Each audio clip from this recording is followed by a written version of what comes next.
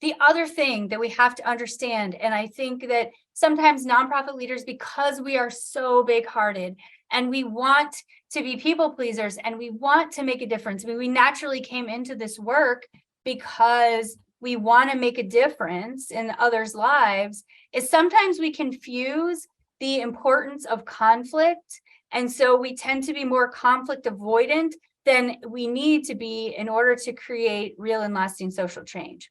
So first, we need to decide that conflict in a constructive way is good, because again, in new, risky, innovative ideas, we know they're going to produce that resistance, but we also know that they're new, right? Especially if we're talking to ducks, we're talking to people who prefer convenience and staying the same and not working too hard.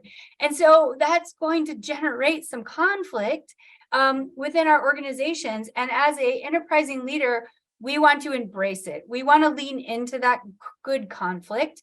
And so here is how we embrace a culture of good conflict. First and foremost, conflict is a gift.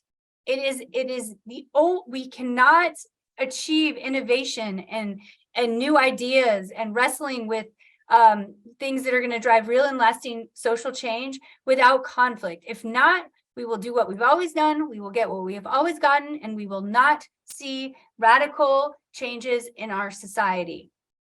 So how do we embrace conflict constructively? Well, first, there's a difference between personal conflict. That's where you're focusing on, individual people and personalities and that type of conflict. That is not what I'm talking about. I'm talking about conflict related to ideas. So we want to move the organization here. So we need to align the behavior. So very first thing is, first we need to get clear on the goal.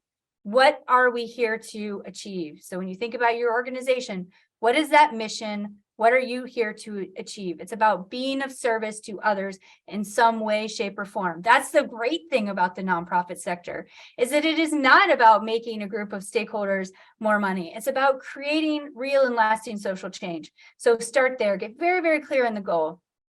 Then understand the motivations of everyone. And so we do have to understand that sometimes people's motivation is, I don't want to work harder. I'm already overwhelmed. I already have to do too much work.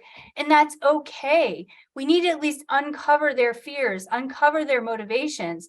And then once we understand the goal, we understand our fear, motivation, then we can align the behaviors where our desire for efficiency, our desire for innovation, our desire to move the organization forward, we can focus on what are those concrete next steps, those behaviors that all align to that.